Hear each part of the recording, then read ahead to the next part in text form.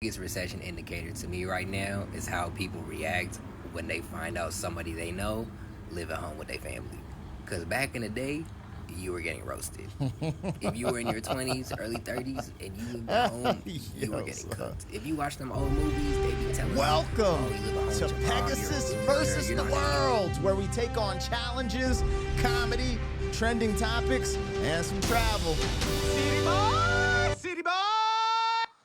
All right, hopefully this thing doesn't just keep playing on its own like it did yesterday. But yo, this is interesting. There's this trend on TikTok where it's like the biggest recession indicator, and people will just come on and kind of some will tell jokes.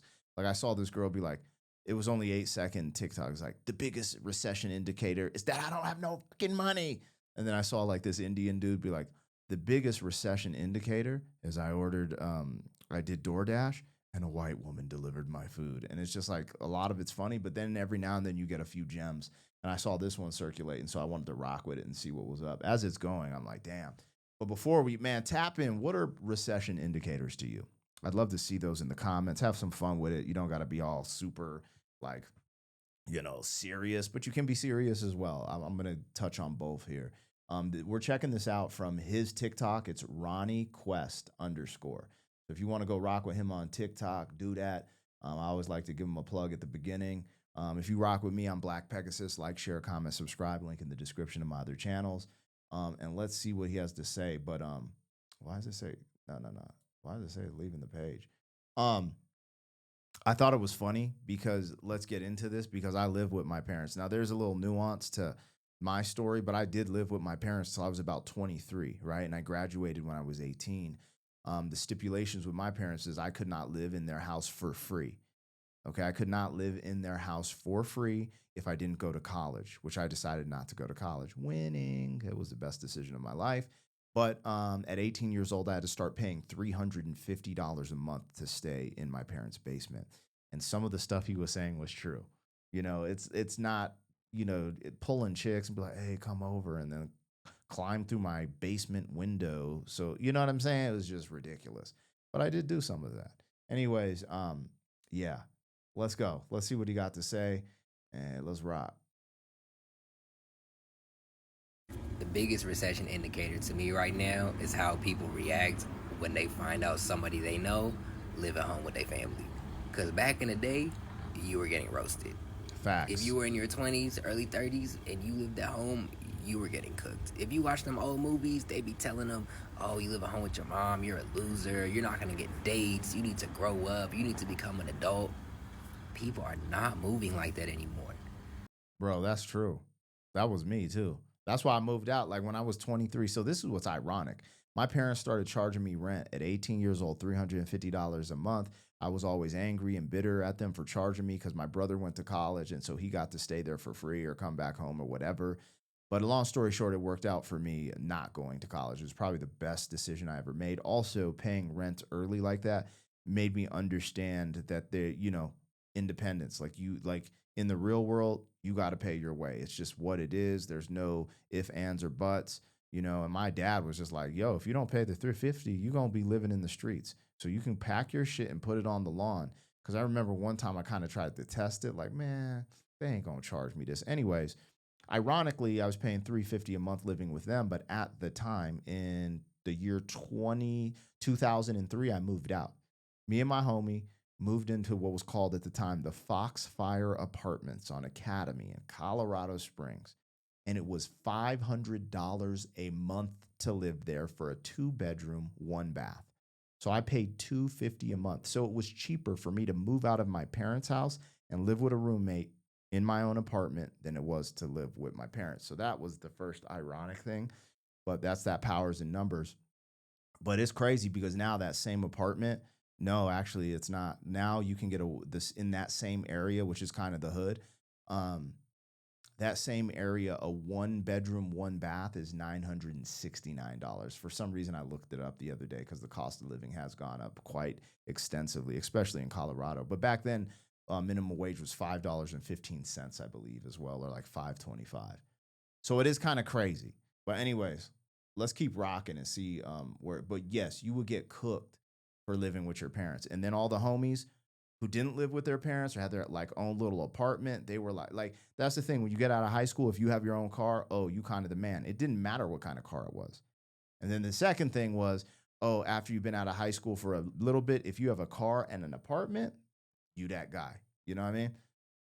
Which, as you saw, it took me to 23 before I was that guy.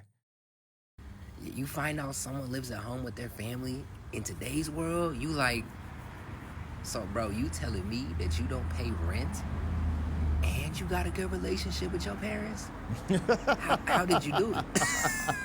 like, like Yo. people that turn living at home from being broke to, oh, I'm stacking. Like, bro, we live in the opposite day. The economy is cooked. It's cooked. The biggest recession indicator. I ain't gonna lie, this generation does have a lot of different barriers to entry. Like, cause that's funny. That is just the way he put that, the way he phrased that is hilarious. Oh, we stacking. Oh, I stay at my parents' crib. We stacking. Oh, I got a good relationship. Cause you got to remember, at that age, I was super rebellious. I wasn't trying to hear anything my parents was talking about. Nothing. That I was a rapper. I was in the streets. I was doing all types of wild stuff, you know? Man, bringing nonsense back to the crib, bruh. But I did have a pretty good relationship with my parents. I still do. RIP to my mom, but you know, me and my pops are still close. I was just the black sheep of the family. But it is kind of interesting because I think the smartest way to get ahead in today's economy is like live with your parents, get roommates. There's power in numbers. So it's funny he says this, but this shift is not a bad thing. After 2020, I had this epiphany about how much Americans are bred to be so individualized. Now, I think individualization is good at some capacity, but we're so individualized. There's this isolation thing that we do where it's like, I live in a really cool neighborhood and I know my neighbor across the street and I somewhat know my neighbors next to me.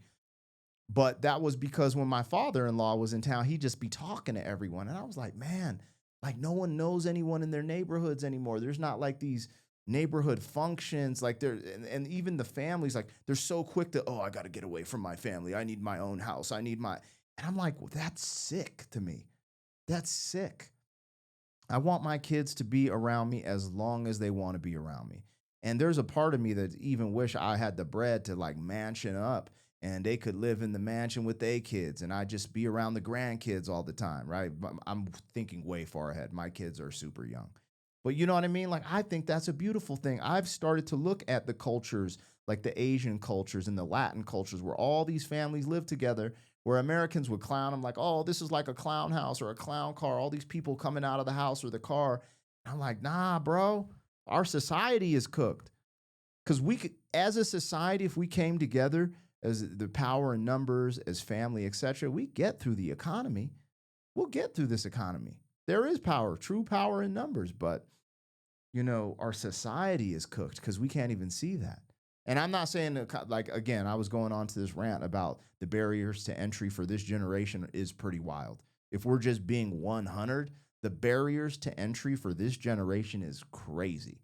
But they also have advantages. And it's just, I feel like maybe they're not given the information to take advantage of the advantages. One is with technology. There's a lot of advantages with technology, especially with AI on the loom. But then once you take advantage of the technologies, you do need information and education about financial literacy and how to make certain things, position certain things, be a leader, leadership, start teams, create systems. So all the information is here for this era, and they could learn how to become a leader, create systems, innovate through AI with technology, work with technology. They could learn all this stuff for free, you know, but it's hard to get to that information when you have generations before them that are just stuck in these old ways of thinking. So, you know, I don't know the answers, but what I will say is, you know, if there's a will, there's a way. There's more than one way to skin a cat. Now, why you're skinning a cat, I don't have a damn clue. But there is more than one way to skin a cat. So the economy's bunk as hell. You know, a lot of people are hoping that Donald Trump would, you know, bring the economy back. And he's only been in a year. But the way things are starting to look, it's just like, well, all right, this is where we're at, you know. And my only problem with all of this Trump and Biden stuff is they tried to hide the economy when it was cooked with Biden and make it seem like it was better than it was. And it does seem like when things like this happens, they'll try to hide it under Trump as well. It's like, just be real with the people. Stop bailing out these huge companies. Stop bailing out all this stuff. Let us take the hit. Let us go through the pain for a little bit and bounce back on the other side. And the longer they try to create these bubbles and not go through the real process, it's just gonna hurt more when that gavel drops. You know what I'm saying? But yeah, man, he got a point. Y'all let me know, what are the biggest recession indicators? It's funny because the one thing I've noticed, it's really easy to notice the extremes. I notice the people who are balling out of control. Like, I go to the airport and I'm like, oh shit, he's sitting in first class. He got this, he got that. I'm like, damn. I went to Maui on vacation. I was looking at some homes. I was like, oh, this is a basic house, but because it's on the beach, it's $18 million. That's insane. But someone's going to buy it. Someone's going to live there. It's going to be fine for them. But then you see the extreme poverty, And so it's so easy to see the extremes, and me being kind of in the middle ground. I'm like, yo, just keep hustling. Both of them exist. And you're going to find yourself in one of those places. So I'm hoping to find myself in some type of abundance, let's say, and I'm going to keep working towards that. But the world is a unique place, and they are saying that the divide is going to increase between the poor and the wealthy. And the way I'm seeing it play out, I believe they're right. And it seems like whenever there's a too big of a divide, that's what the middle class is. The middle class is the cushion, the safety net for society. As long as there's a middle class, there doesn't have to be destruction in the streets. But once they destroy the middle class and there's just poor and wealthy, whenever there's enough poor people, there's always these huge revolutions, these overthrowings, there's chaos in the streets. There's always this stuff that, as me being a parent, I do not want to see in my lifetime raising children. So hopefully we get it right, but you never know. So just be prepared for it. Anyways, let me know what I got, what I missed. Holla. City boy, city boy.